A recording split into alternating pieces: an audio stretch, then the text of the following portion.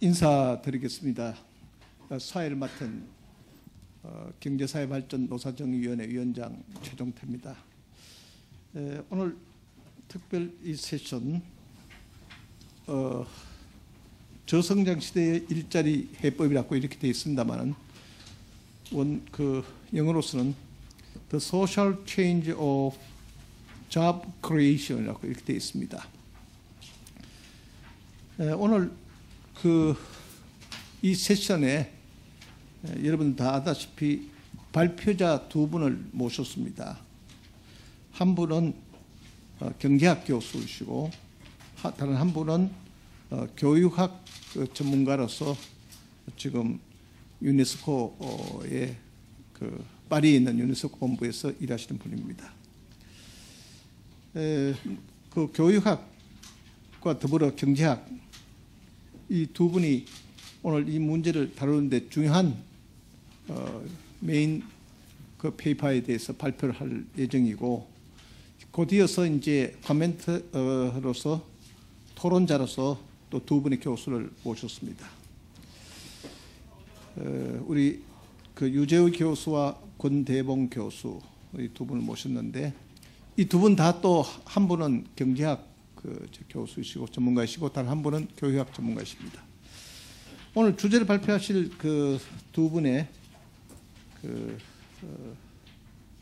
교수와 전문가를 소개하신다면, 한 분은 타카오 카토 교수, 이분은 지금 현재 캐나다 현재의 미국의 뉴욕주에 있는 해밀턴에 있는 명문대학인 콜게이트 대학의 교수를 하고 있습니다.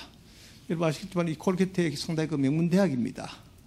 그래서 뉴 아이비 대학이라고 이렇게 좀 얘기를 하고 있는 아주 명문대학의 교수이시고, 이 타카오 카토 교수는 캐나다의 퀸스 대학교에서 경제학 박사를 하시고, 그 후에 독일, 미국, 일본 그리고 여러 구라파의 덴마크도 거쳐서 경력을 쌓으시고 현재 콜게이트 대학의 교수로 계십니다.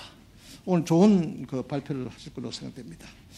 그리고 또 한 분 오늘 발표를 하실 분이 옴만체사 마르코프 교수인데, 조금 전에도 말씀을 드렸습니다만 현재 파리에 있는 유네스코 본부의 고등교육 및 학습본부의 본부장으로 디렉터로 그렇게 계십니다. 이분은 미국의 명문대학인 시카고, 일리노이에 있는 시카고 대학에서 교육학 박사를 하시고, 그 후에 세계은행을 비롯해서 여러 곳 또 교수 생활도 오래 했습니다. 해서 지금 현재는 유네스코 본부에 근무를 하고 있습니다. 두 분 다 상당한 업적이 많습니다. 이 업적을 일일이 다 열거를 할 수 없겠습니다, 시간 관계상. 그리고 또 여러 가지 스칼러십이라든가 그리고 또 어워드 상도 많이 받으신 분입니다.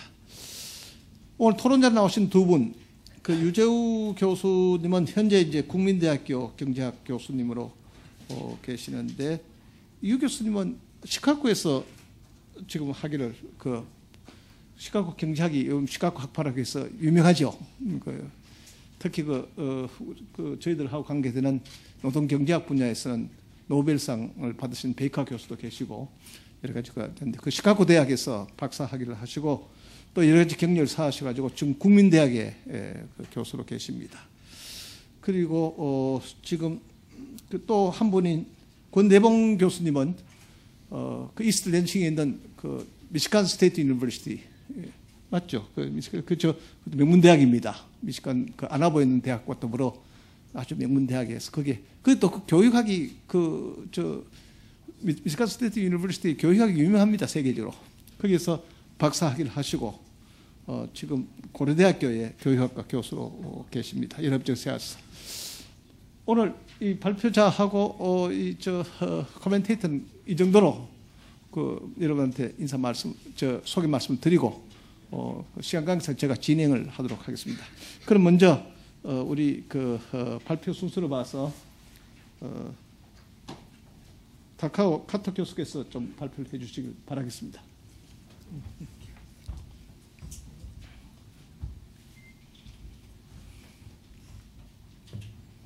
안녕하세요.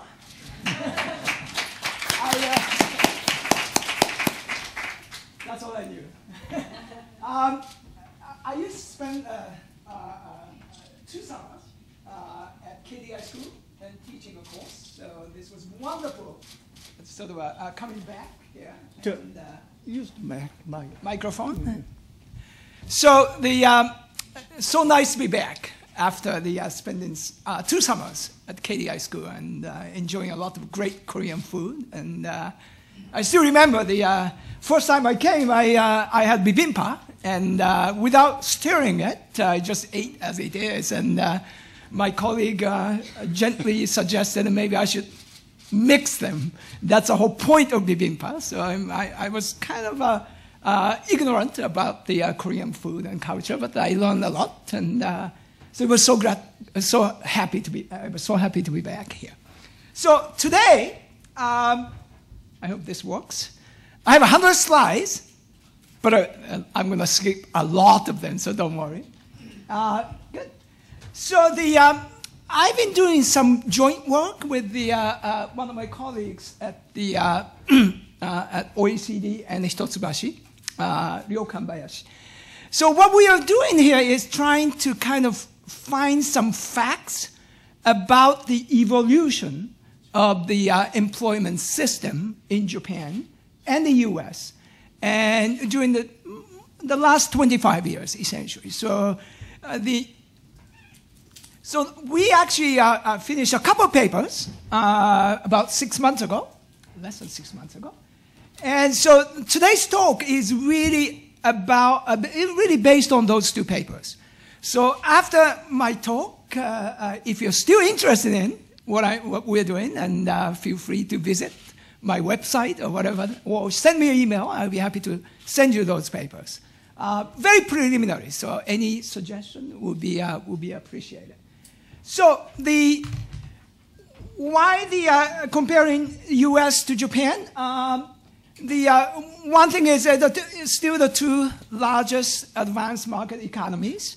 And more importantly, I would say, kind of those 2 sort of economies represent 2 sort of contrasting models of employment system. And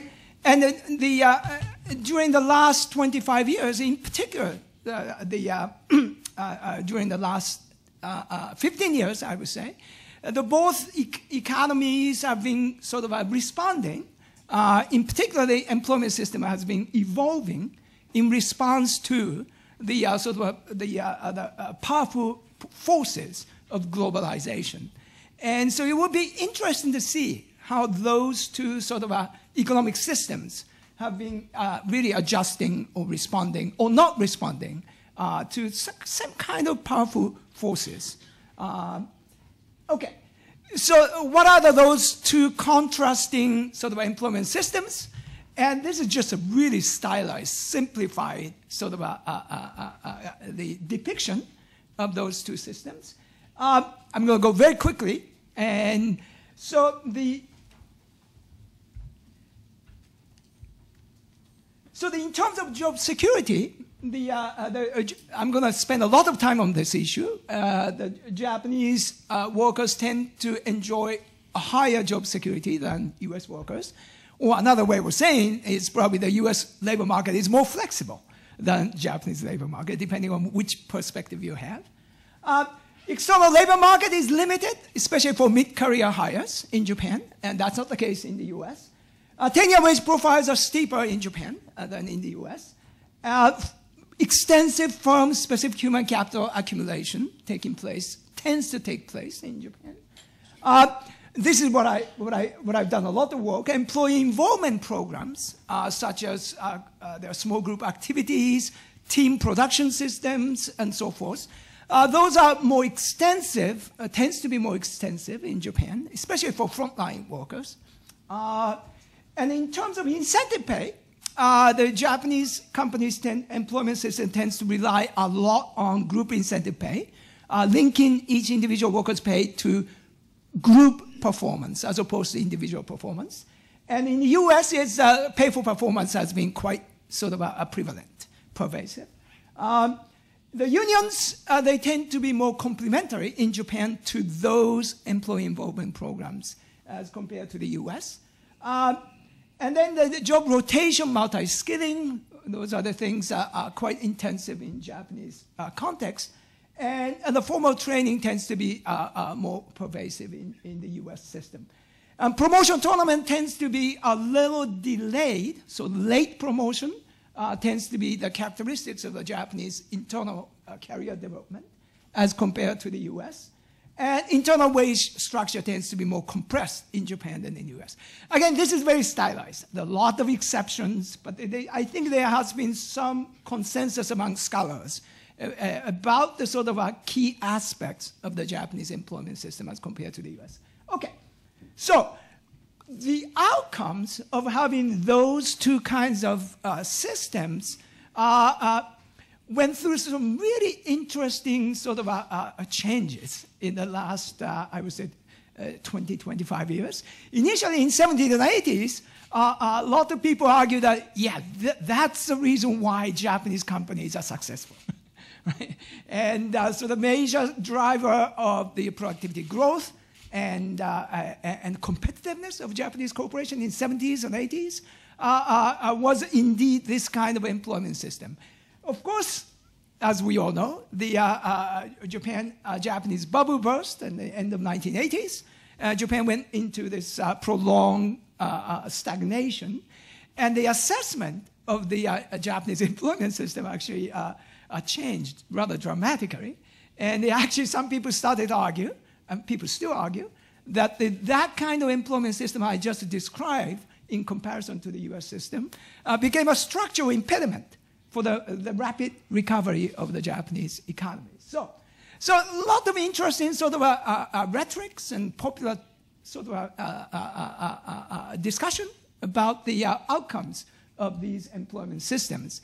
Now, of course, in contrast, during this, while Japan was going through this prolonged stagnation, the US economy experienced the longest expansion in the history. So obviously people started arguing maybe this flexible US employment system is a way to go. My point here is essentially there are two observations about this. One, because of the lot of talks about this, the rigorous comparative evidence tends to be quite limited. So that's the first observation that I'd like to share with you.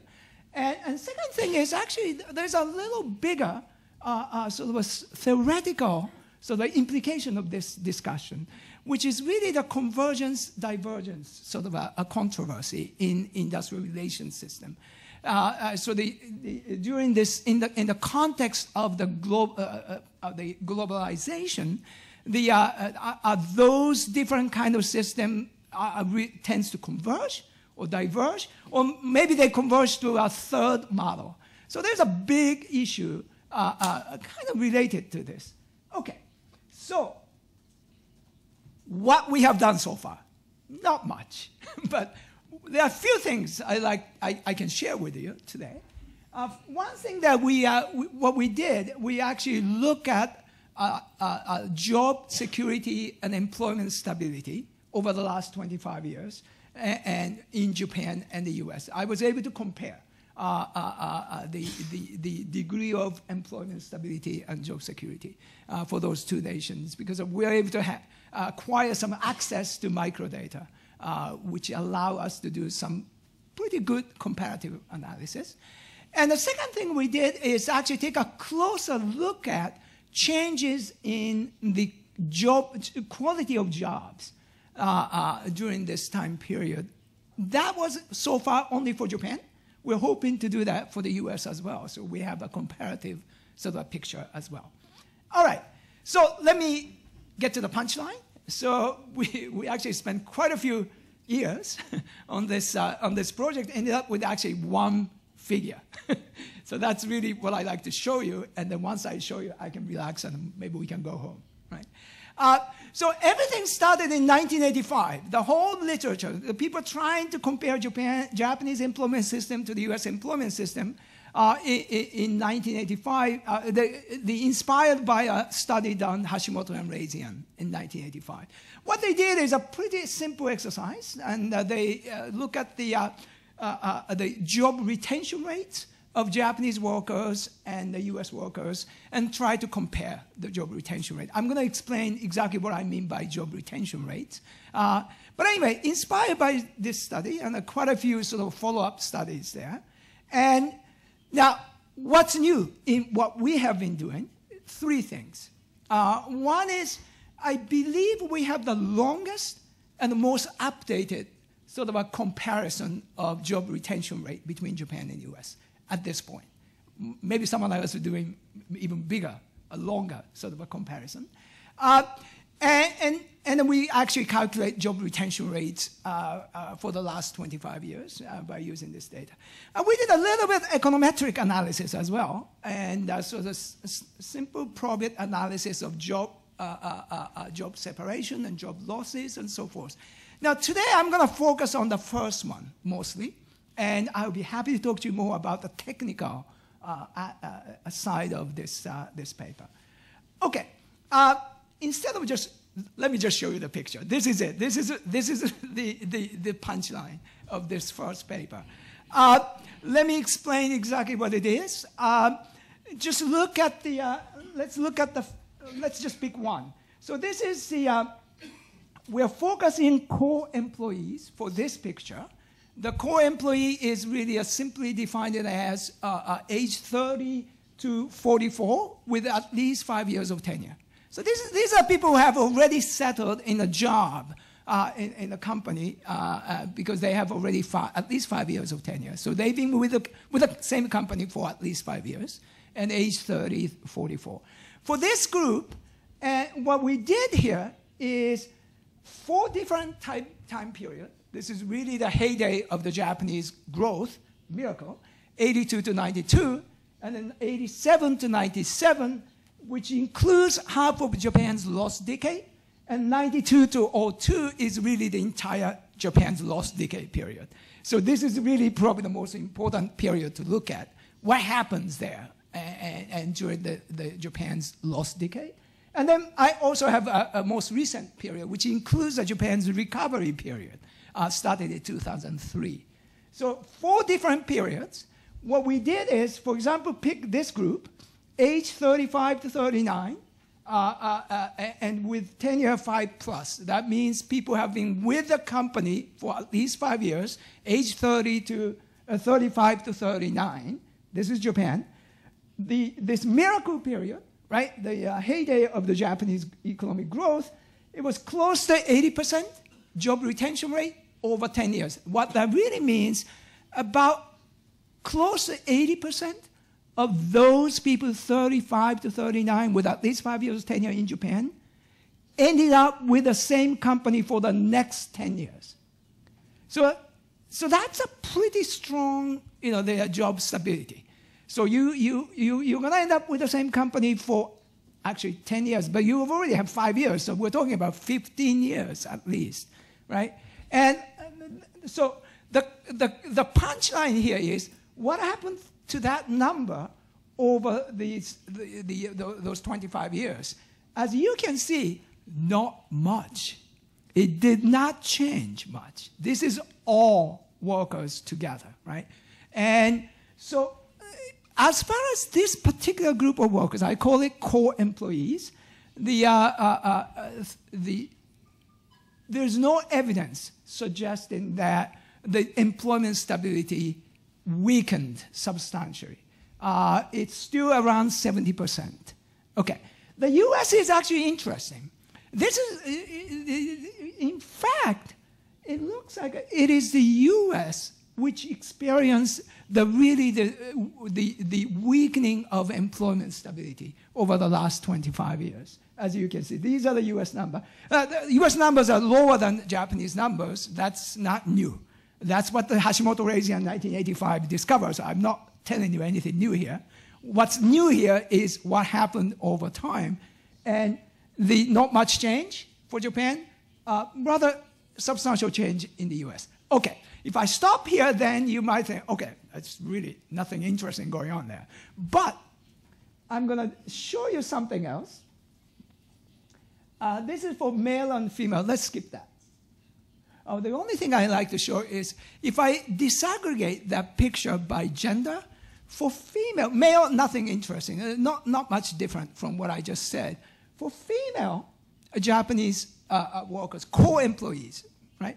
The drop in job retention rate during the Japan's lost decade was actually a little more substantial than for men. But there is a rather sharp recovery of job retention rate during the last sort of recovery period. I'll come back to this later. It's kind of an interesting observation. Now, then, what I did here is, okay, those are the people who we call the core employees. What about people who have not settled in their company yet and still kind of switching around, right? You're in 30s, but you haven't had 5 years of tenure. That means you've been changing companies, right? Suppose you graduated from college, 22, you're 30. You don't have 5 years of tenure. That means you've been changing companies. What about these people? Well, we call it mid-career hire people. Now we got a very different picture. For Japan, there's a steady decline in job retention rate. So the employment stability has been deteriorating among those workers in Japan. And in the US, it's actually opposite. It's really the opposite picture we're seeing here. In the US, pretty stable for that mid-career hire, right? Now, that's really the punchline. And youth. I have to talk about youth, right, when it comes.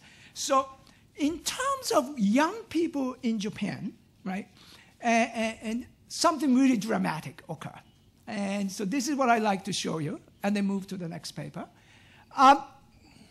For young people in Japan during this lost decade or stagnation, they actually became a major victim of the prolonged stagnation. Now, this is not new. I think a lot of people have been discussing this and telling us. But what's new here is I was actually able to really generate the magnitude of this negative impact on youth employment of the prolonged recession. So this is what I did. We actually used a probit estimation and controlling for a lot of observable characteristics such as education, tenure, and industry, occupation, and so forth. Controlling for all other things.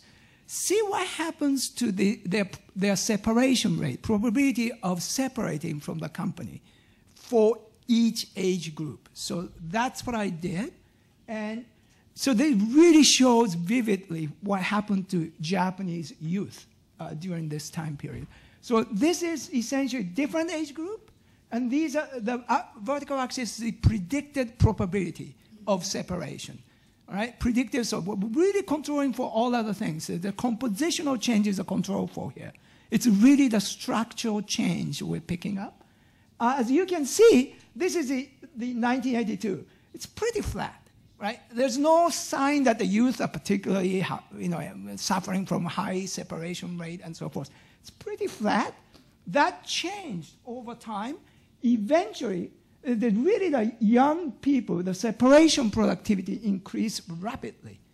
And while that was happening, the older group, it did increase, but not to the extent that the young people did.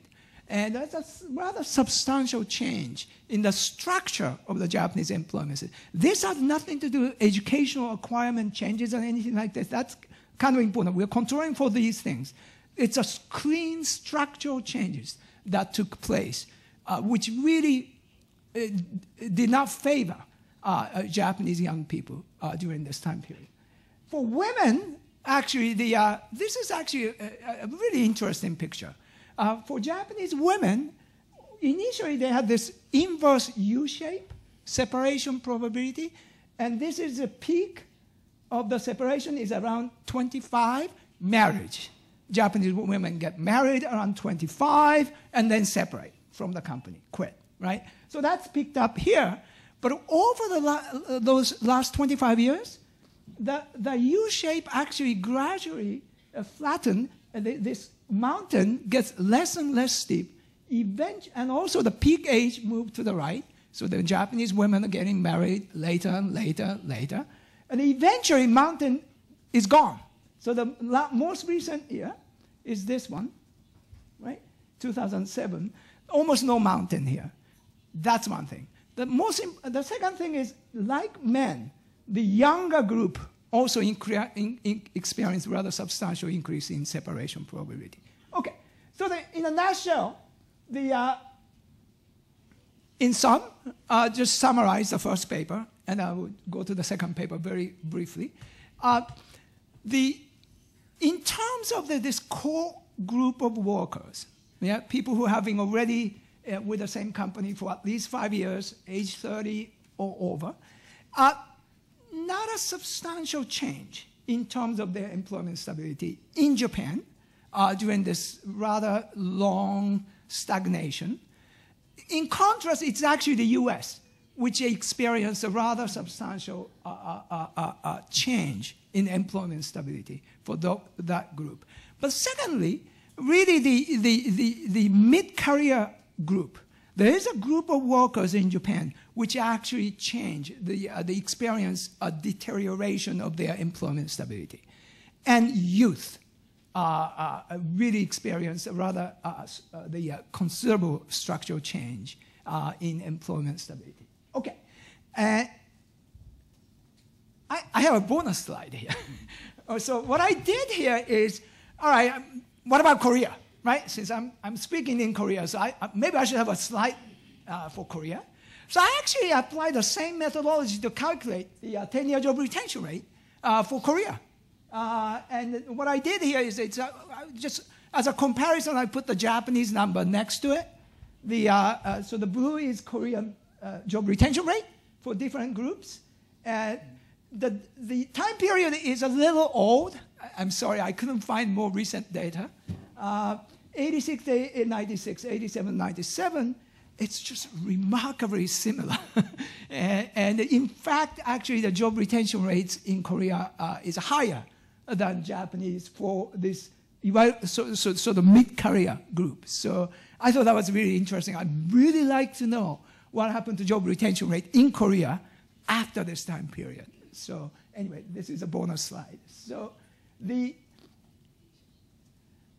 what the first paper suggests, there are a lot of other things there, but in the nutshell suggests sort of a deepening, sort of a duality of the Japanese labor market.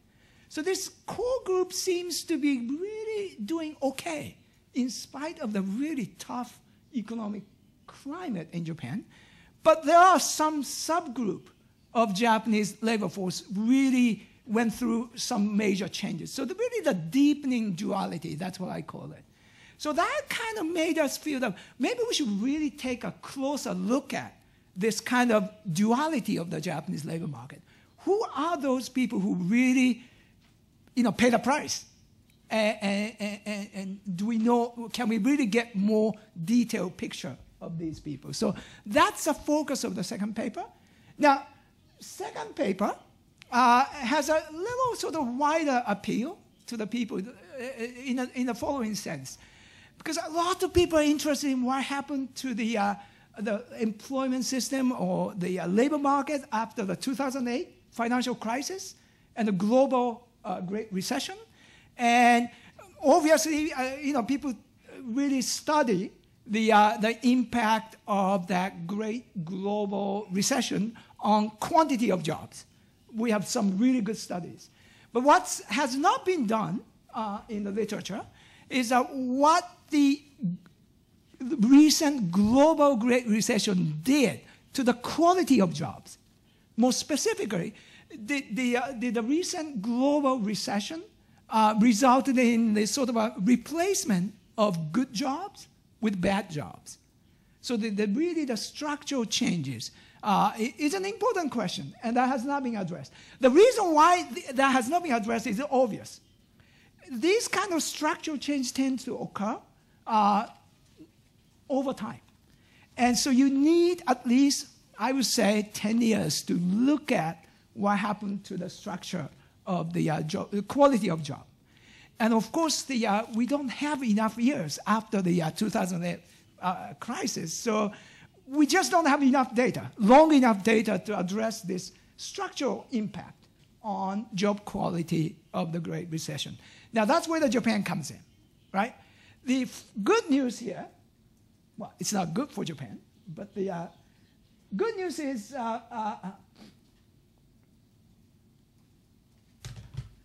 this kind of major Great Recession actually occurred in Japan about 2 decades ago. So we have enough years to look at this issue. And so we may be able to learn something from Japanese experience in terms of the structural impact on the quality of jobs of the current Great Recession. So that's what we did. Now, what do I mean by good jobs and bad jobs, right? So the kind of framework I borrow from is the recent work by Ann Kalleberg, 2011. So just a lot more to it, but just give you an idea. What I mean by good jobs is really high wage, more benefits, and more opportunity to learn on the job and training, and then more control over what you do, a lot of voices, and so forth. And then, of course, strong job security, right? And then bad jobs is the opposite. So this is the kind of framework I'm using here to look at what happened to the percentage of good jobs as compared to percentage of bad jobs in Japan during this Japan's lost decade. That's really the exercise that I'm doing. Now, the key issue here is, what is the bad job sector in Japan then? How do we define it, right? It turns out there's a long literature on the duality of the Japanese labor market. And the kind of Japanese employment system that I described at the beginning does not apply to all Japanese workers. That has been known.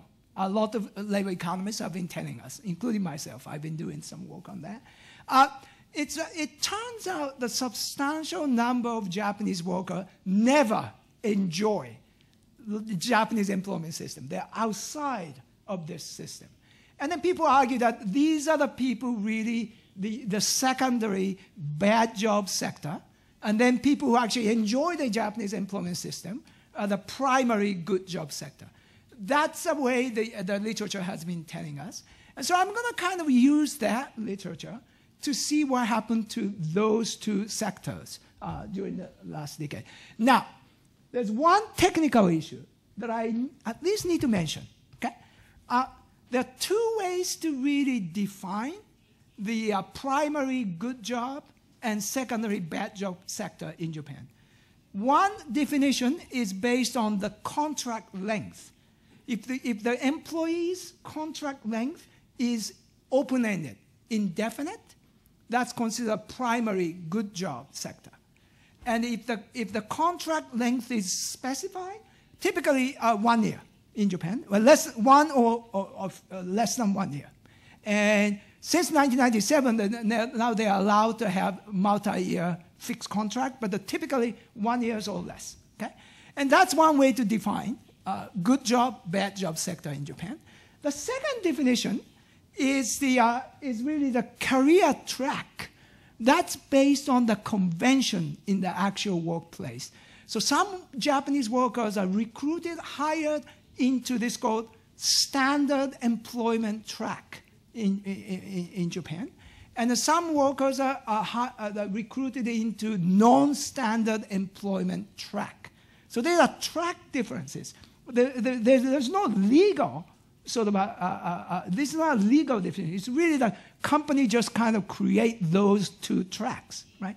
And so what we did here, for those who read the paper, we spent a lot of time which definition is more valid here. And there's a good reason why we need to do this. But anyway, we run some regressions, which definition really tells, which creates this, and it tells me that the workers are enjoying less stability. And what about wages? What about opportunity for training? But I think time is running out. So I'm going to just give you the punchline. So essentially, the second one, track definition, is a key. And in the Japanese context. So people who are hired into standard employment track tends to enjoy good jobs, as defined it. And otherwise, a secondary job. Okay. Here's the second most important picture. And what we did here is, let me give you a male and a female, because they're really different picture here. For male, 18, okay, after this picture, I will just shut up, okay. So for male, I have to do female as well. So for male age 18 to 70, right, what percentage of that population have the particular employment contracts? So as you can see, this blue one, these are the people who are hired into standard employment track with indefinite open-ended contracts, right? So these are clear-cut, these are good job people, okay? They enjoy good jobs. And the rest of them, those small number, those are the sort of like the non-standard track people. And then self-employment is here, green, right? And the rest of them are not in the labor force, okay? So as you can see, for male, there's no evidence showing that this good job sector is shrinking, okay? So this is probably 2002 is the most important one. This is the end of the Japan's lost decade. There's no drop here. In fact, there's a drop during the recovery period, okay? Now, let's look at women. Different story, okay? Women really, first of all, women really gain this primary sector good job status during the Japan's miracle period, but they lost what they gained during the last decade. So women actually did pay the price here, and then this particular hybrid group increased rather rapidly. That's a very strange contract. You are non-standard employees, but the contract is open-ended. That turns out to be not good, according to our regression results. That's why the regression are kind of important. This group, hybrid, is actually turned out to be bad job. So the bad job percentage increased for women. And if you look at young people, the pictures are much more acute. And as we anticipate, for young people, even for male, the good job sector did shrink as far as young people. And for women, and the same deal. Women actually, young women did very well. They almost reached 50% back in 1992 in terms of the good job sector.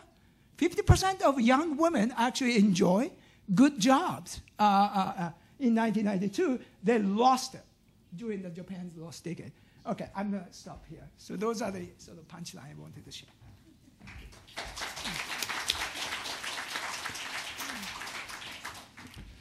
실증적 분석을 토대로 해서 우리에게 준 시사 좀 감사합니다.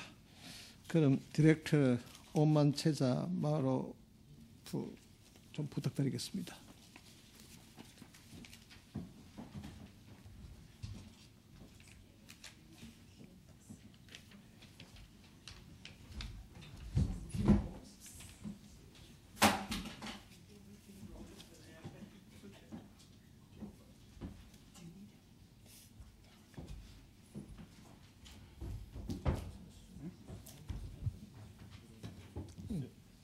Thank you, Chairperson.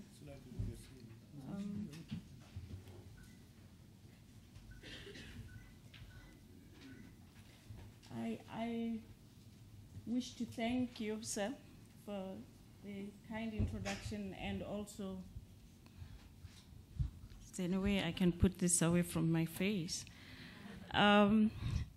Because the topic of this, given this, the social challenge of job creation is so wide, I decided to focus on, to start my presentation with a quick global picture and then move on to what is going on in Africa as a region and focus particularly on youth and on women. So just basically over the long run, if one is looking at a long trajectory, until the global financial crisis, the long-term trend in job creation was overall positive. That's not to say there were no ups and downs, but overall the trend is positive. Earnings also improved in the sense that more people have jobs and therefore more people were earning, and therefore poverty was being reduced. And you can see remarkable differences in developing countries with those percentages in the reduction on the proportion of people who lived on less than $1.25 per day, falling from 52% in 1981 to about 22% in 2008. But the global financial crisis had a serious setback on employment creation, particularly in developed countries, as you can see those down arrows in the developed regions. But what is the enormity of the challenge now of job creation? Worldwide, we have 3 billion people that are working, but only half of them are actually in jobs that pay them, so they are in salaried jobs. So what I would say here is there are fewer jobs and plenty of work. So income insecurity exists and is juxtaposed to long hours of work. A lot of people, particularly in rural areas, work very long hours in insecure jobs, in vulnerable jobs, in bad jobs. And they get paid very little or paid literally nothing.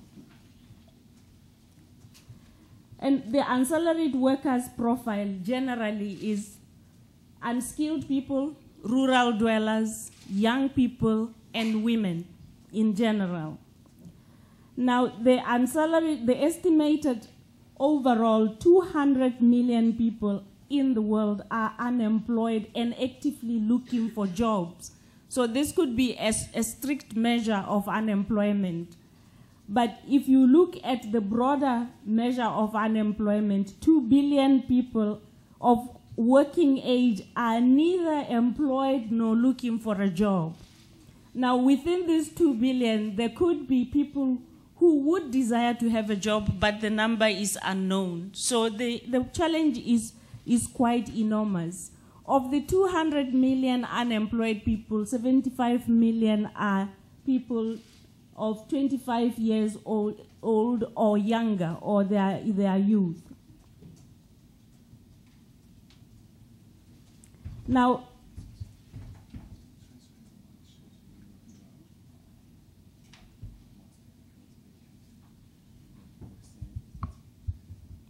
okay, I'm supposed to stick this in my mouth, something that feels very comfortable. Now, if we look at what the enormity of the challenge is, particularly for youth, is that the world's population of people who are 15 to 24 years old actually reached 1 billion in 2010. And this has outpaced the capacity of world economies to create enough jobs to meet their employment demands. Now, youth are 3 times more likely to be unemployed than adults. And youth are also likely to be in the least paying jobs or bad jobs. An estimated 152 million young people earn less than $1.25 per day. So the issue of youth, as my colleague was saying, is quite a daunting challenge for most countries, what to do with youth. 621 million young people now suffer a multiplicity of disengagement in the sense that they are not in school, they are not employed, and some of them are disengaged even in some form or other from social life and from family life. So there is a lot of potential youthful energy that could be harnessed in a positive way, or it could be squandered, and the challenge is quite enormous. If you look further, we need to create 600 million jobs by 2020 just to be able to keep the employment of working age people at a constant stage. That is an enormous number of jobs that need to be created, and within a 15-year period. Add to this, 21 million people are victims of forced labor, talking about lots of work and no earnings, and bad jobs, if you could call it a job. And 115 million children work in hazardous environment. So if we are talking about job creation globally, all these are areas that need urgent attention. Now turning to Africa, Africa presents a deep problem but also high potential. Between 2000 and 2008, in about a decade for which we have data, Africa created 73 million jobs. I will not say how many were required. And if we go back to the graph I showed earlier, the global economic downturn had far less impact on job creation in Africa than it did in more advanced economies. The good news is that Africa is also becoming, gaining better potential for job creation. I just want to underline potential. And this is evident in a strong rebound from the global economic crisis. So Africa's growth is still healthy. It grew at 4.7% in 2011, projected to grow at 5.6% in 2014 if you exclude South Africa, which accounts for about a third of the GDP. I think when you add South Africa, it's about 5.2%, but I could verify that. Now, if we have to look at this as potential, then we could ask, what then is Africa's potential to create jobs if there is such rapid growth? If you look at the highest growing economies, 29 highest growing economies in 2012, African countries accounted for 16 of those, and that's quite substantial. So the economic outlook looks good. And you could ask, what are the levers of this growth? Let me go back very quickly. I think we could say that there has been strong macroeconomic attention to macroeconomic policies that promote macroeconomic stability. Africa is progressively becoming politically stable. There are fewer wars. There are still wars, regrettably, but fewer. And the economies are becoming more open. And there's been huge global demand for natural resources, which is Africa's strength, particularly from Asia, fueled mainly by China. However, Africa's economies are quite vulnerable for the very fact that they are factor-driven economies. And factor-driven economies are vulnerable to all sorts of risks, one of which is unstable demand or volatility in demand. So whatever happens to economies that import materials, natural resources from Africa will cause that volatility in demand, and therefore that will affect the economies, and that will affect the capacity of these economies to create jobs. Instability to exogenous factors. A lot of African economies depend on exporting agricultural produce, which is vulnerable to all sorts of exogenous variables, which are highly uncontrollable by the farmers. Add to that the risk of climate change, unpredictability of the weather, and all the factors that come with it. And then depletion. All natural resources tend to get depleted over time, and therefore, unless Africa were to move from a heavy dependence on natural resources and transit into knowledge-based economies, then the risk is quite high that over time, Africa will find it more and more challenging to create jobs over and above the job deficit it already has. Just quickly looking at the current global competitiveness report, you'll see that these columns are stages. I don't know, they are not very legible. They are stage 1 of development of the economy, which are, the first stage is economies that are, or development that is factor-driven. The second is efficiency-driven. And the third is innovation-driven. And if you look at it, 66% of the first stage economies are in Africa. So this creates a very serious problem for Africa's transition and the agency for Africa to make a transition to knowledge-based economies whose productivity is fueled and supported by a heavy, intense application of knowledge and technology. But if you look at, again, the other challenge, so one challenge is that Africa's economies are not competitive, or are the least competitive, I must say, even if they are growing at a fast rate. And secondly, they are highly vulnerable, and these pose serious risks to job creation. Now, the other challenge that Africa faces is that the growth that I cited earlier has mainly been jobless growth. Of the 73 million jobs created, Africa actually had new entrants into the labor market, 107 million. And therefore, you can see the gap between the actual number of jobs created and the actual number of jobs required. Now, if the trend of the new entrants continues, by 2040, Africa will have 1 billion people in the labor force, which will surpass China and India. It'll have an annual increase of 10 million people into the job market. And in order to cope, it'll have to create new jobs at 2.7% per annum. This is quite a tall order.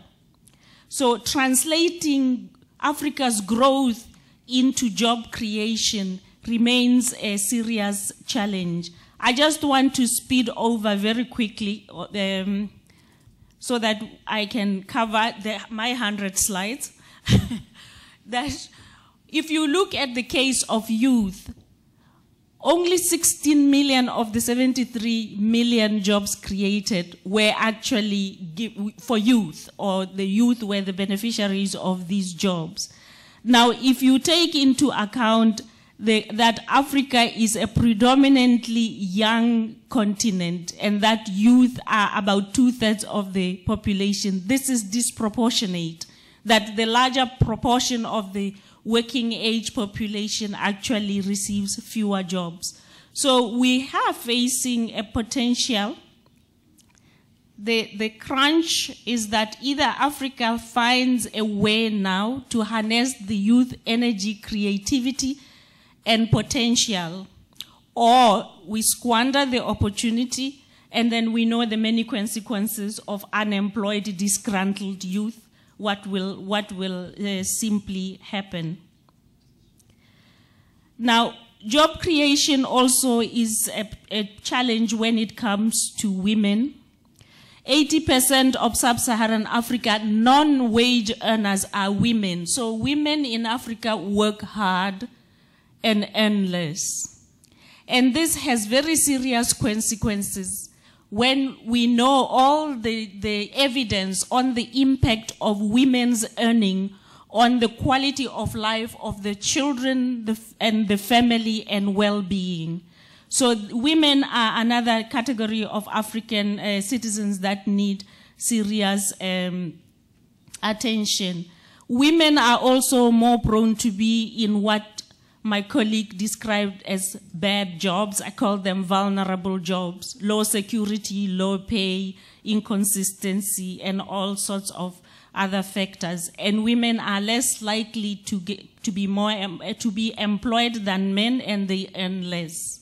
So this perpetuates gender inequalities. So we have one tension, which is the youth that are disengaged and disgruntled, and we have women who are working hard and earning less or not earning, and the consequences of the low earnings of women on the overall welfare and on gender and gender relations and overall societal equity. These slides, I'm going to skip over them quickly, but they just list the many costs of sustained unemployment to any society.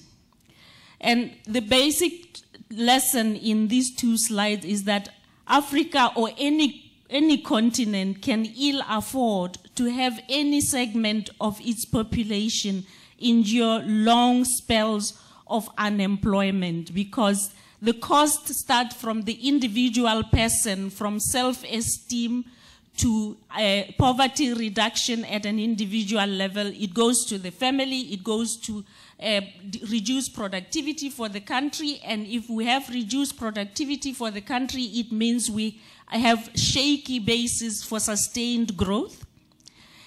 Sustained unemployment also sustained social inequalities, and regions or countries with high social inequalities are more prone to social fracture, political instability, and all sorts of springs. I think we know that. So basically, these slides, I will just gloss over them very quickly. So the question is, what measures do we have that can help with job creation? One is to sustain macroeconomic stability, policies that sustain macroeconomic stability and good governance, and policies that sustain political stability, both of which create a better environment for foreign direct investment inflows. We need also to adopt policies that support private sector development, because private sector is the engine for job creation, particularly if we are talking about good jobs. And the policies need to balance the nature of jobs. It's not every job that is created that is desirable. As we heard earlier, there can be bad jobs. And it's not all FDIs that bring good jobs, and it's not all FDIs that create the backward and forward linkages, the technology diffusion, raising demand for higher skills, and all the benefits that are associated with FDIs.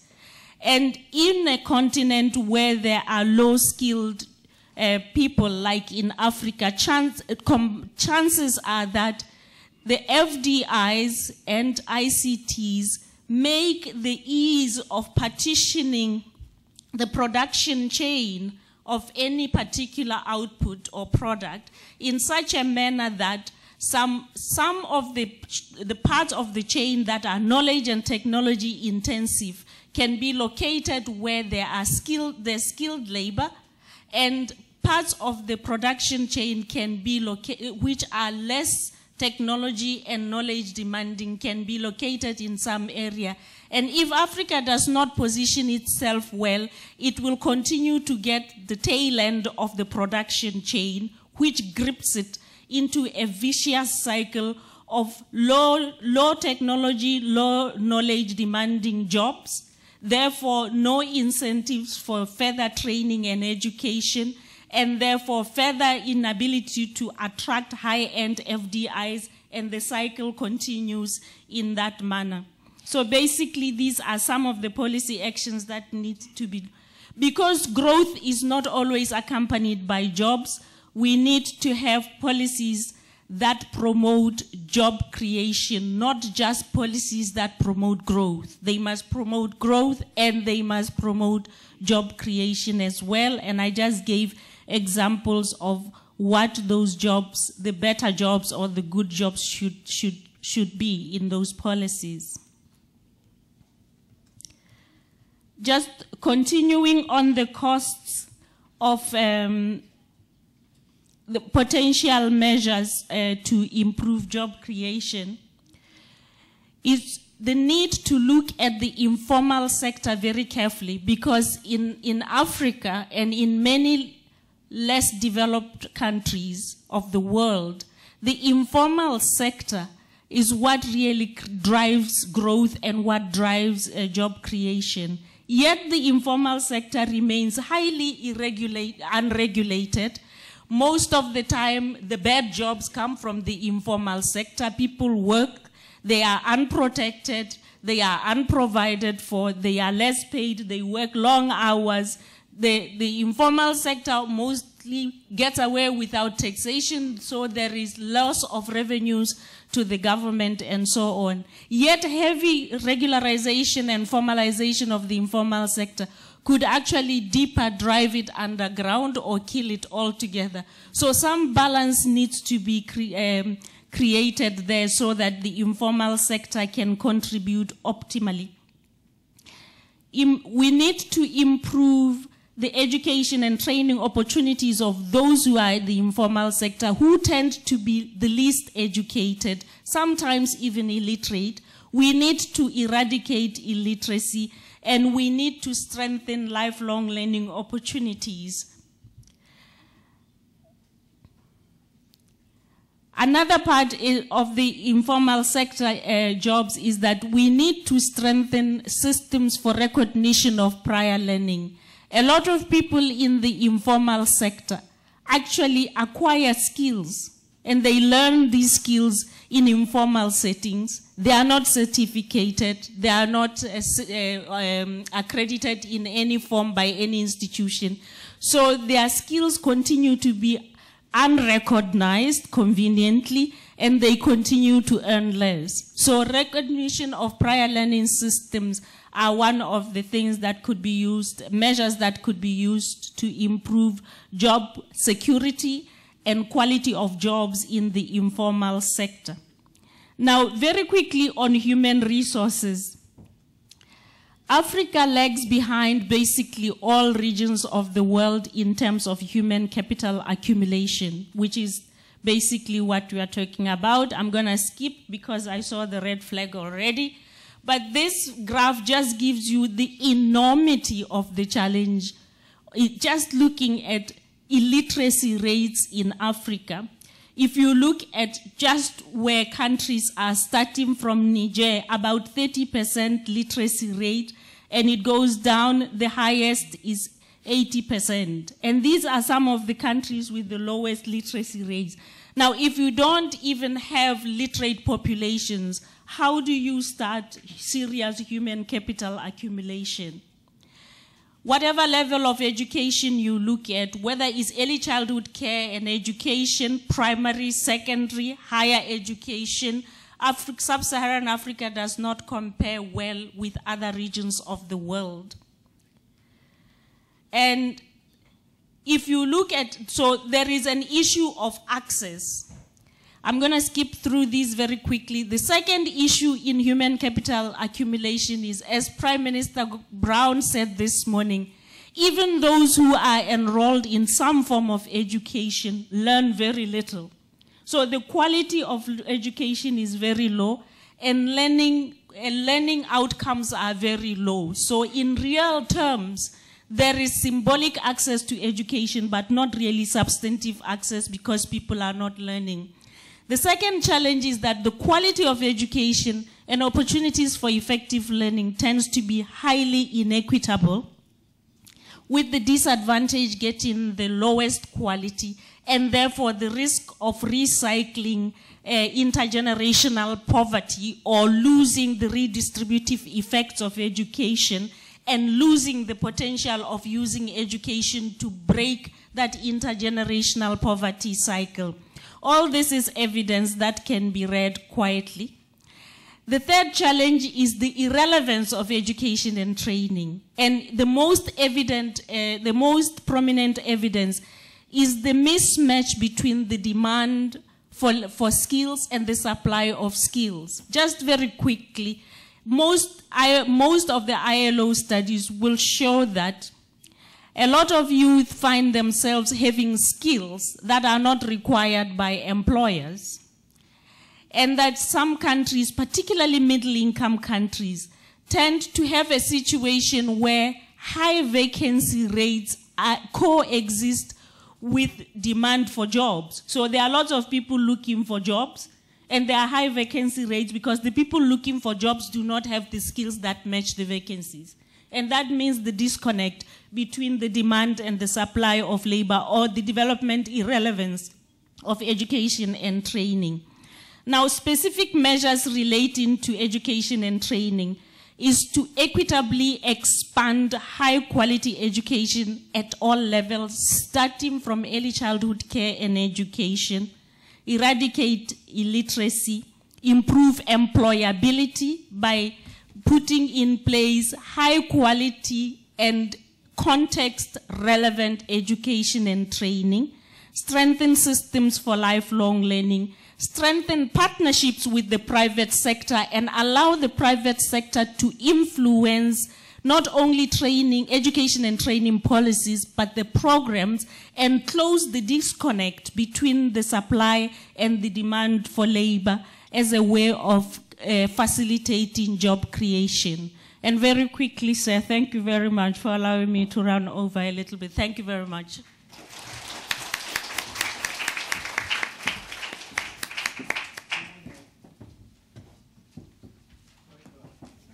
두 분의 지정 토론자를 모셨습니다. 먼저 유재우 국민대학 교수님 부탁드리겠습니다.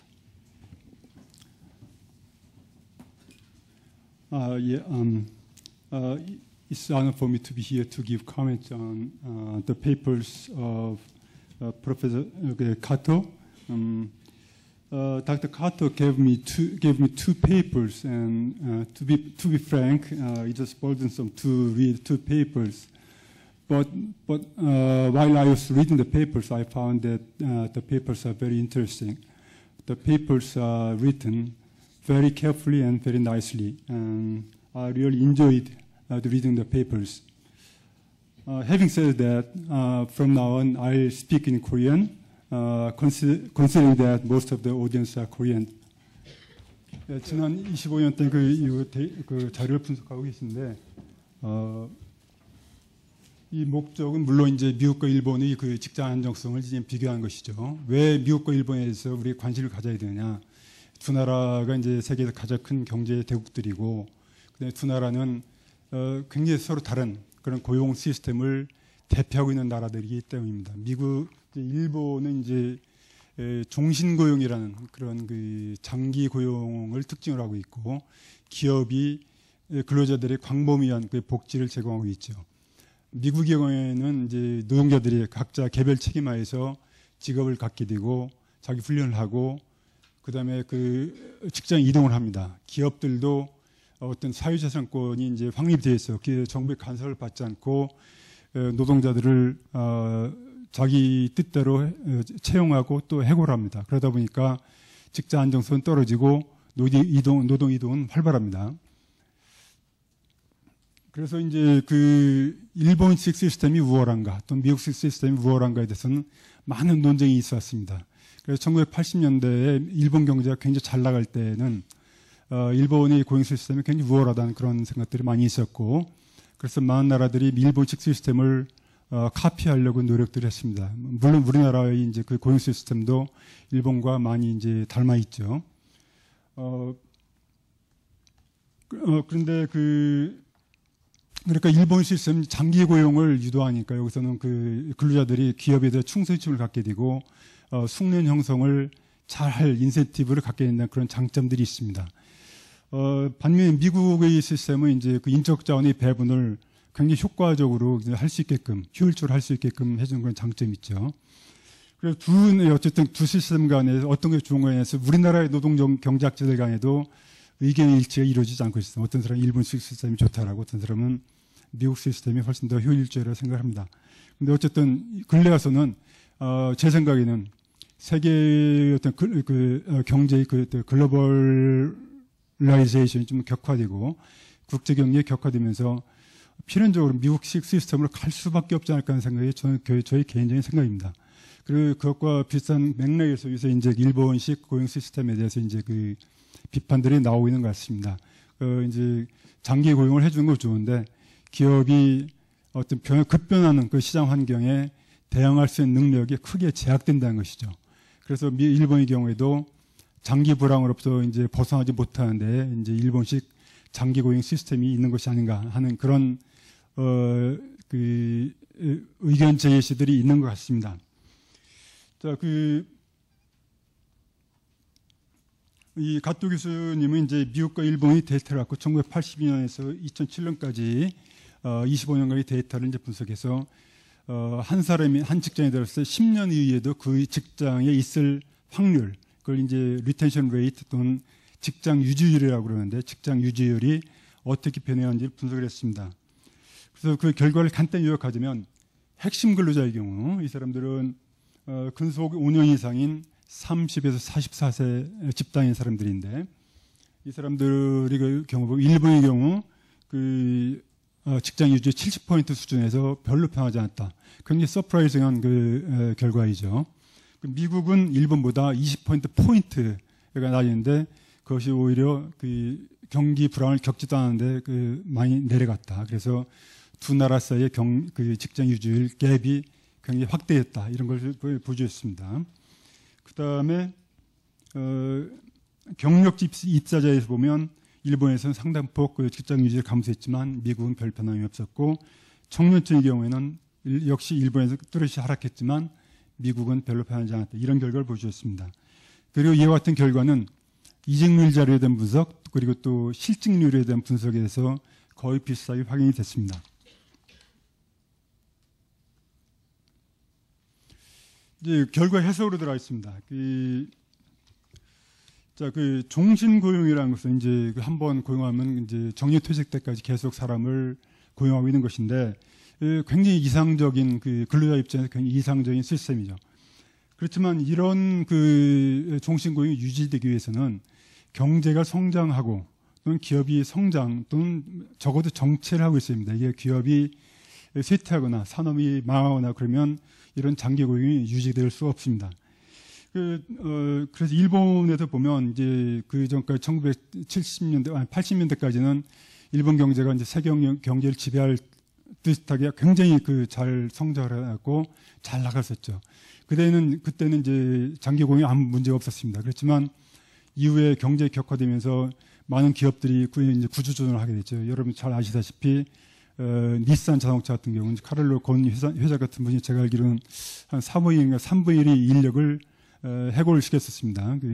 그리고 요즘 들어서 이제 파나소닉이라든가 소니, 뭐 히타치 이런 그 전자회사들이 많은 인력들을 감원하고 있습니다. 그리고 조선이라든가 철강은 이미 한국이나 뭐 그 중국의 경쟁에서 밀린 그 업체들이 이미 구조조정을 했던 걸 알고 있습니다. 이런 식으로 산업이 흥망성쇠에 심해지면 장기 고용이 굉장히 힘들어집니다. 우리나라에서 보면 뭐 초우량 기업이라는 그 현대중공업도 이번에 이제 그 희망퇴직을 받고 있죠. 그런 식으로 이제 그 산업이 부침이 심해지고 기업의 흥망성쇠에 심해지면 장기 고용이 유지되기 힘듭니다. 그런데도 이제 불구하고 이제 가토 교수님은 지난 그 장기 침체에도 불구하고 일본의 그 장기 직장 유지율이 별로 변하지 않았던 걸 보여주셨습니다. 굉장히 놀라운 결과죠. 그래 실제로 직장 안정성의 감소 없었느냐? 없었다란다면 이제 이게 가토 교수님은 진짜 직장 유지율 감소 없었다는 전제하에서 그 원인으로 세 가지를 제시했습니다. 그러니까 만중 집단이 존재한다. 평균 근로시간이 감소했다. 실제 시간도 실직률이 감소했다. 그래서 이제 암묵적으로 이제 그 일본이 고용 시스템이 우수하다. 그래서 제도 변화에는 이제 그 신중해야 된다. 이런 말씀하셨습니다. 그런데 저는 이 이외에도 이제 대부분 그 동일하지만 이에도 고려해야 될 요소들이 있는 것 같습니다. 하나는 임금 시스템인데 아까 이제 잠깐 말씀하셨지만 일본의 그 임금이 빨리 올라간다 그랬습니다. 빨리 올라가는 그 임금 시스템하고 장기 고용하고 양립하기 힘든데 이것이 어떻게 가능한지 저로서는 사실 굉장히 미스터리입니다. 그래서 저는 이게 일본이 그 근속급과 다른 나라의 근속급을 비교해보는 연구가 있었으면 좋겠다 이런 생각을 하고 있고 그다음에 또 한 가지 가능성은 이제 또 경제 불황의 효과가 충분히 반영될 시간이 없었지 않느냐. 좀 더 지금 아까 두 번째 페이퍼에 보여듯이 이제 배드 잡이 막 늘어나는 모습이 보입니다. 이걸 좀 더 시간이 지나면 직장 유지를 감소한 모습이 좀 더 뚜렷하게 나타나지 않을까. 나중에 한국 데이터 갖고 나중에 다시 말씀드리겠습니다. 그다음에 장기 불황의 압력이 이제 비정규직이라든가 여성 청년층에 이제 집중되었다는 얘기는 두 번째 페이퍼에 보여주셨는데 이거를 여기서 보여듯이 어떤 직장 안정성, 높은 직장 안정성이라는 것은 어떤 사회의 양극화라는 대가를 지불하게 합니다. 한쪽에서 굉장히 잘 보호된 사람도 있는 반면에 다른 쪽에서 훨씬 더 나쁜 환경에 몰리는 사람도 있다는 것이죠.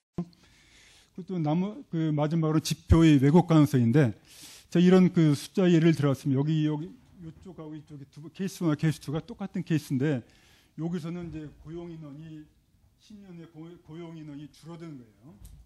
여기는 100명 중 80명 남아있고 100명 60명이고 나머지 테뉴어 조건 똑같은데 아래쪽의 고용이 훨씬 더 불안정하지만 가토 교수님이 계산해보면 아래쪽이 직장 유지가 더 높게 나옵니다. 그래서 이런 가토 교수님 사용한 지표가 이런 왜곡에 이제 들어갈 가능성이 있다는 것을 좀 생각을 해야 되겠다는 생각을 합니다. 그리고 이런 문제 생긴 이유는 뭐냐면 기본적으로 우리가 사용한 데이터가 패널 데이터가 아니고 횡단 면제로 크로스 섹션 데이터이기 때문에 살아남아있는 사람들이 데이터를 사용한다는 것이죠. 굿잡은 남아있는데 굿잡은 서바이벌 하는 건데 그 굿잡들만 가지고 이 직장 유지를 계산하다 보면 이런 셀렉션 바이스 표본 선택의 오류가 이제 발생하게 된 것이죠. 그런데 이 부분이 얼마큼 큰지는 저는 잘 모르겠습니다. 한국의 데이터 한번 잠깐 보여드리도록 하겠습니다. 한국 이제 이거는 가토 교수님 직장 유지를 계산하셨는데 저는 거기까지는 하지 못했고 제가 한번 이 논문 코멘트를 하기 위해서 노동부의 인건구조 기본 통계조사 자료를 1980년대부터 쭉 봤습니다. 이거는 평균 근속연수입니다. 평균 근속연수인데 이게 2000년대 1990년대 후반까지 꽤 꾸준히 증가하죠. 그런데 그 다음에 레벨업 이렇게 평탄해졌습니다. 그래서 잘 아시다시피 1998년에는 우리가 외환위기를 겪은 해입니다. 그래서 외환위기 겪으면서 직장 안정성, 잡시큐리티 굉장히 떨어졌죠. 굉장히 떨어지면 여기서는 아무 데서 그런 모습이 나타나지 않습니다. 여기서 98년, 99년에 좀 내려간 걸로 나타났는데 그거는 샘플이 10인 이상 사업체, 5인 이상 사업체로 샘플이 바뀌었기 때문입니다. 그걸 빼면 전혀 변하지 않습니다. 그래서 실제로 이런 근속연수라든가 직장 유지열만 갖고서는 잡시큐리티를 충분히 이렇게 좀 포착해내지 못할 수 있다는 것이죠. 두 번째, 그래서 이거는 또 연령 구성이나 학력 구성 바뀌었으니까 그럴 수 있는데, 두 번째 40대 남자에 대해서 많이 봤어요. 기간 노동자들. 이 사람들도 보면 역시 마찬가지입니다. 이게 위안위기를 전후해서 이게 근속연수가 짧아진다거나 그런 모습이 보이지 않습니다. 50대에서 오히려 증가한 모습을 보이고 있습니다. 그래서 여기서 직장 유지율 또는 이런 근속연수 같은 지표들이 어떤 실제의 어떤 직장 안정성을 확실하게 아주 잘 담아내지 않을 수 있는 가능성도 있다는 것을 좀 염두에 둬야 되지 않을까 생각합니다. 예, 감사합니다.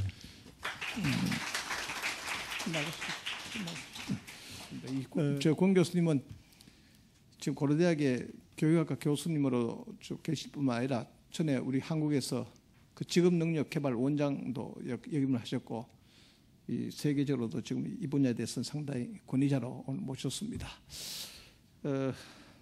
제가 이렇게 말씀드리면 우리 권 교수님은 시간 좀 지켜주시기 부탁드리겠습니다. 네, 고맙습니다. 여러분 시간만 지키면 세계적이 될 수 있다는 거 아시죠? 감사합니다. 지금 우리 유재우 교수님께서는 이제 프레젠테이션도 준비해 오셨는데 저는 오늘 유네스코 디렉터님의 만체스터 만노프 디렉터님의 발표를 지금 처음 봤어요. 여러분하고 저하고 이제 처음 실시간으로 봤는데 제가 두 분의 발표를 들으면서 이런 생각을 했습니다. 이 첫 번째 다카오 가토 교수님이 30세에서 44세 이런 코어 인플로이다. 그럼 다른 사람은 난코어냐? 그래서 29세 이하하고 45세 이상은 비핵심 인력으로 이렇게 좀 소외될까봐 세대 간의 어떤 갈등을 불러일으키지 않을까 심히 걱정스러워서 다른 용어를 좀 쓰면 좋겠다는 생각이 들더라고요. 이 사람들, 그러니까 이 사람들이 앞으로 이제 10년 후에 연구를 하면은 그때도 30세와 44세가 같은 조건일까 이런 또 그 지적인 호기심이 들더라고요. 근데 이제 발표하신 것 중에서 일본에서 연간 2,100시간 일하던 사람이 1,800시간으로 줄이니까 이제 일자리 나눈 것이 됐다는 것은 굉장히 시사하는 바가 큰 것 같습니다. 그래서 그것을 일부에서는 고통 나눔이라고 그러는데 이제부터는 고통 나눔이 아니라 일하는 시간을 줄여서 일자리를 새로 만들었기 때문에 행복 나눔이 될 수 있지 않나. 일 줄인 사람도 행복하고 일 새로 만든 사람도 행복하고 이런 패러다임을 바꿀 필요가 있지 않나. 그다음에 이 저성장 시대, 지금 저성장 시대에 지금 그러니까 저성장 시대는 아니죠. 그렇지, 저성장 시대죠. 근데 우리가 고성장 할 때도 잡리스였어요. 그렇죠? 네, 기업이 막 성장할 때도 왜냐하면 이게 기계화가 되니까 사람을 줄였죠. 그러니까 옛날에 저 용접하고 이런 걸 갖다가 지금 요즘 다 로봇가 하잖아요. 그러니까 기업은 성장하는데 일자리는 줄어들었잖아요. 지금도 보면은 영업이익은 막 몇 조다 이렇게 하는데 일자리는 안 늘잖아요.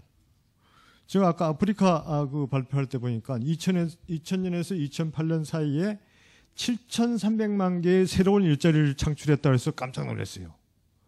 그런데 동기간에 근로할 수 있는 인구는 그러니까 1억 3천만 명이었다는 거예요.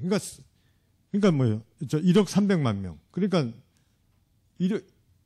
일할 사람은 1억 300만 명인데 일자리 창출은 7,300만 개 했다니까 7,300만 개 일자리를 창출하고도 3천만 개 일자리가 부족하다는 그런 얘기 아니겠어요? 그래서 지금까지는 사실은 정부가 정책을 쓸 때 기업이 따라올 수 있도록 유도하는 정책이 필요하지 않나 이렇게 봐요. 그게 뭐냐? 지금 볼 것 같으면은 뭐 여러 가지 지금 우리 선거의 계기라서 여러 가지 정책이 나오고 있지만 제가 봤을 때는 이 소기업을 중기업으로 만들고 중기업을 대기업으로 만들고 대기업을 세계적인 기업으로 만드는 정책이 나와야 이 문제가 해결이 될 것 같아요. 근데 그런 정책이 과연 나올지 안 나올지 모르겠는데 자, 그럼 이렇게 저성장 시대든 고성장 시대든 과학기술이 자꾸 발달하니까 기업이 점점점 기계화되고 사람을 덜 쓰는데 이 문제를 해결하는 방안은 뭔가? 이 문제가 해결돼야 일자리가 늘지 않겠는가 이런 생각이 들어요. 다시 다카오 교수 논문으로 돌아갔으면은 일본의 말하자면 30세에서 44세 그룹이 70% 정도가 고용 안정이 됐는데 미국은 한 40% 정도, 그러니까 50%에서 40% 떨어졌다 이렇게 얘기를 했는데 미국은 사실은 일본과 달리 풀타임 워커가 있고 파타임 워커가 있고 그 사이에 프라임 타임 워커라는 게 있습니다. 그럼 프라임 타임 워커라는 건 뭐냐? 바쁠 때만 나와서 일하는 사람들이에요. 그러니까 그 기업이 바쁜 시간에만 나와서 일하는 기업의 특성에 따라서 프라임 타임 워커라는 걸 새로 만들어냈어요.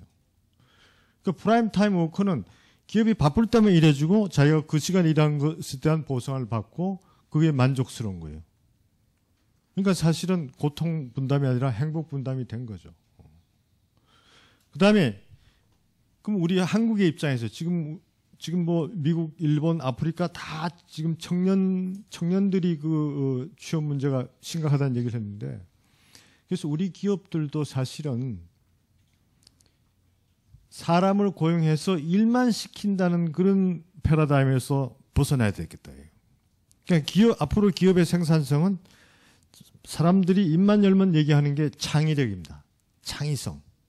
근데 이 창의력은 열심히 일해갖고 생기는 게 아니잖아요. 네? 창의력은 조금 시간이 있어야 생기는 거죠. 제가 과거에 다녔던 회사는 회사의 사원이 일하자, 더욱 일하자, 한없이 일하자, 조국과 민족을 위해서 열심히 일했어요. 그런데 생산성은 올라갈지 몰라도 창의성은 올라갈 수 없어요. 그럼 창의성이 올라가서 생산성으로 연결시키게 되려면 사람들이 좀 시간 여유가 있어야 돼요. 그 시간 여유가 있으려면 어떻게 해야 되냐? 학습할 수 있는 시간을 줘야 돼요. 그래서 사실은 자기 회사가 빠듯하게 돌아갈 만큼의 인원만 채용하지 말고 더 많이 채용해서 교대로 교육받을 수 있도록 하자는 거죠. 그러니까 교육이라는 것이 투자 개념에서 시작이 되죠, 사실은. 교육받을 수 있도록 경영 패러다임을 바꾸자. 인재 경영 패러다임 바꾸자. 그리고 정부가 다 할 수 없잖아요. 그래서 우리나라 대기업들의 그 기업 교육은 세계적인 수준입니다. 그래서 그 대기업들이 중기업의 교육을 도와주고 또 중기업이 소기업의 교육을 도와줄 때에 그 도와주는 기업한테 인센티브를 주는 정책을 쓰면은 세금 안 들이고 말하자면 기업이 이 인재 경영을 잘할 수 있도록 도와주고 그래서 사람 채용을 늘리고 이런 식으로 이제 과거의 고통 분담 패러다임에서 행복 분담 패러다임으로 바꿔야만이 이게 해결되지. 앞으로 계속 과학 기술이 발달하면은 발달할수록 사람이 덜 필요할 텐데 그렇게 되면 기업은 이윤 추구만 할 거 아니에요. 근데 사실은 우리가 학교에서 가르칠 때 기업의 존재 가치는 이윤 추구다 이렇게 잘못 가르친 것 같아요. 기업의 존재 가치는 사회 공헌을 하고 그 결과로 이윤 추구하는 거다. 하나를 더 넣어야 될 것 같아요. 하나를. 왜 같이 가야 되니까. 예. 미국 대통령이나 미국의 높은 사람들이 한국 오면 꼭 시간이 좀 빨리 좀 끝내주시죠. 예, 같이 갑시다 했거든요. 그러니까 같이 가려면은 우리가 이제 그 좀 패러다임을 바꾸고 고통 분담에서 행복 분담으로 패러다임을 바꿔야 될 것 같아요. 오늘 여기 오신 분은 everybody looks like very special because this is a special session. Thank you.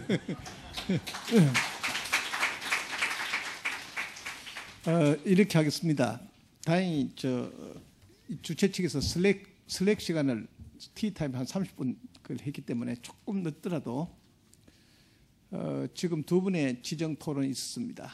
그래서 시간 관계상 플로어에 한두 분, 질문 안 해도 좋습니다만 받고 그 다음에 이 두 분, 이 카토 교수하고 마로프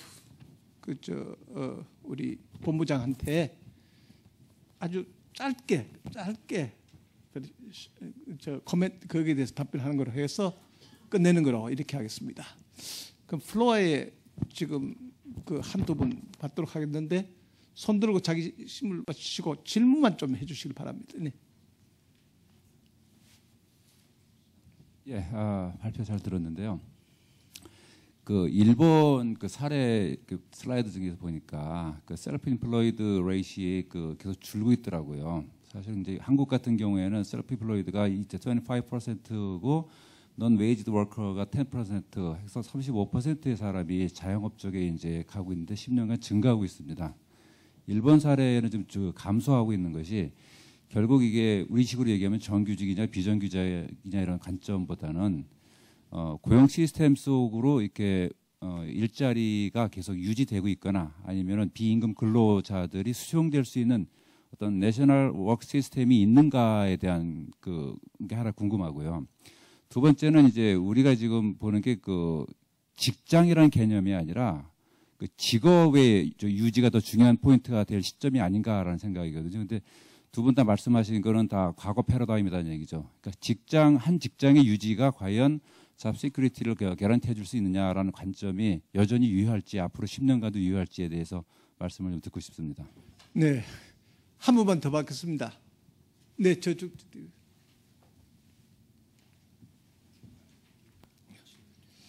다른 분들은 좀 이해를 구하겠습니다.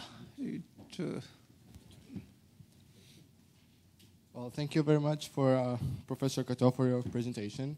And I just have like one question.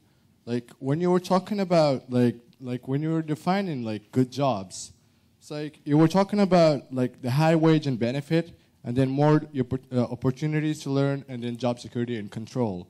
So like, what about like the welfare of employees? Because I'm currently an international student in one of the Korean universities here, University of Seoul. But like when I ask my friends about getting jobs in Korea, for example, they said like we have two powerful companies here in Korea, but they said if you work in the high, like the powerful ones, like the first ones, like it's very difficult. So you don't have weekends, you don't have like, you work a lot, and then they said it's better for you to look for like not the best, but like I'm talking here about like welfare. Is it like good? For example, if you see companies like Google or like some other companies, you might feel that working there is like fun. That's actually my question. Thank you very much. 대단히 죄송합니다. 저 플로에는 이 두 분으로서 마감하도록 하겠습니다. 그럼 두 분, what about the? Would you like to the? Sure. Okay. I'd love to respond. Please, Thank you so much. please, this for short times. Microphone. It has to be on. Hello? Okay, good. So I really appreciate your comments. So the time is limited, so let me get to it.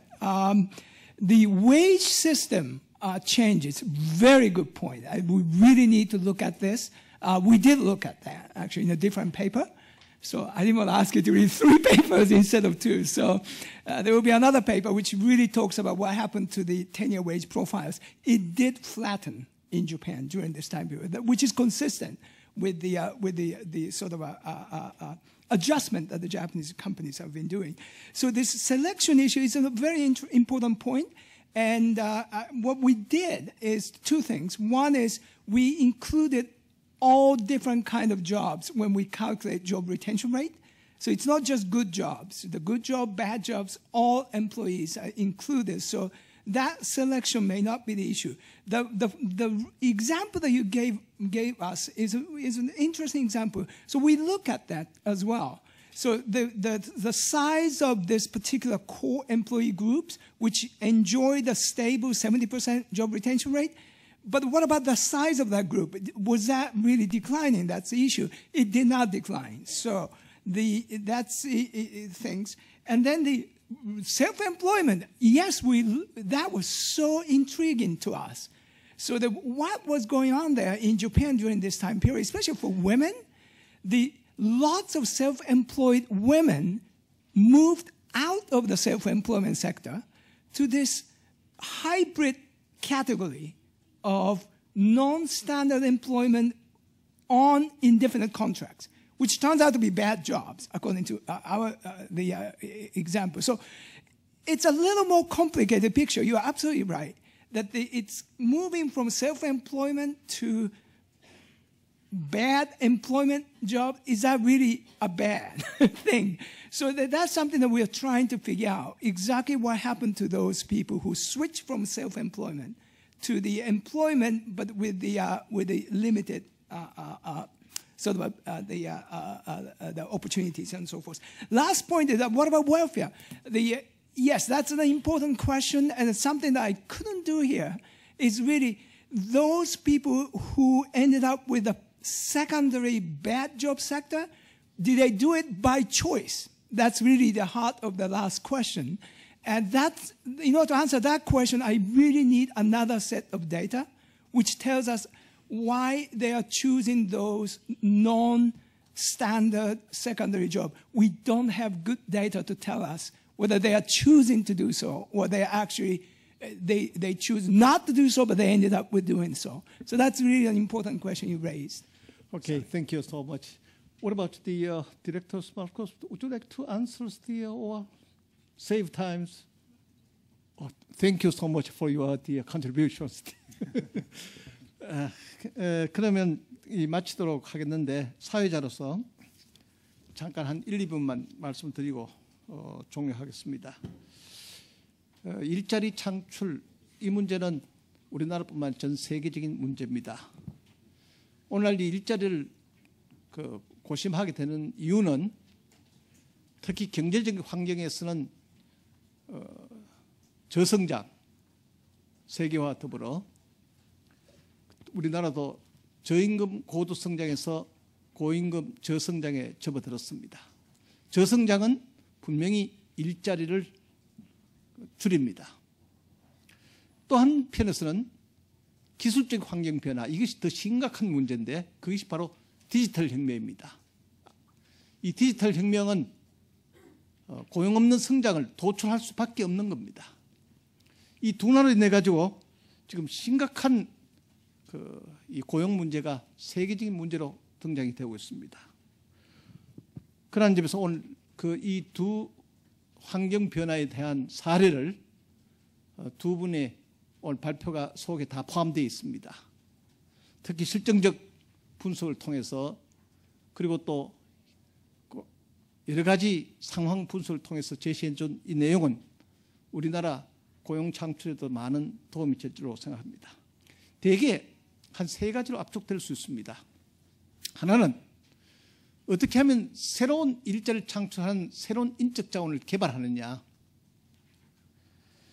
그 인적 자원 개발에서는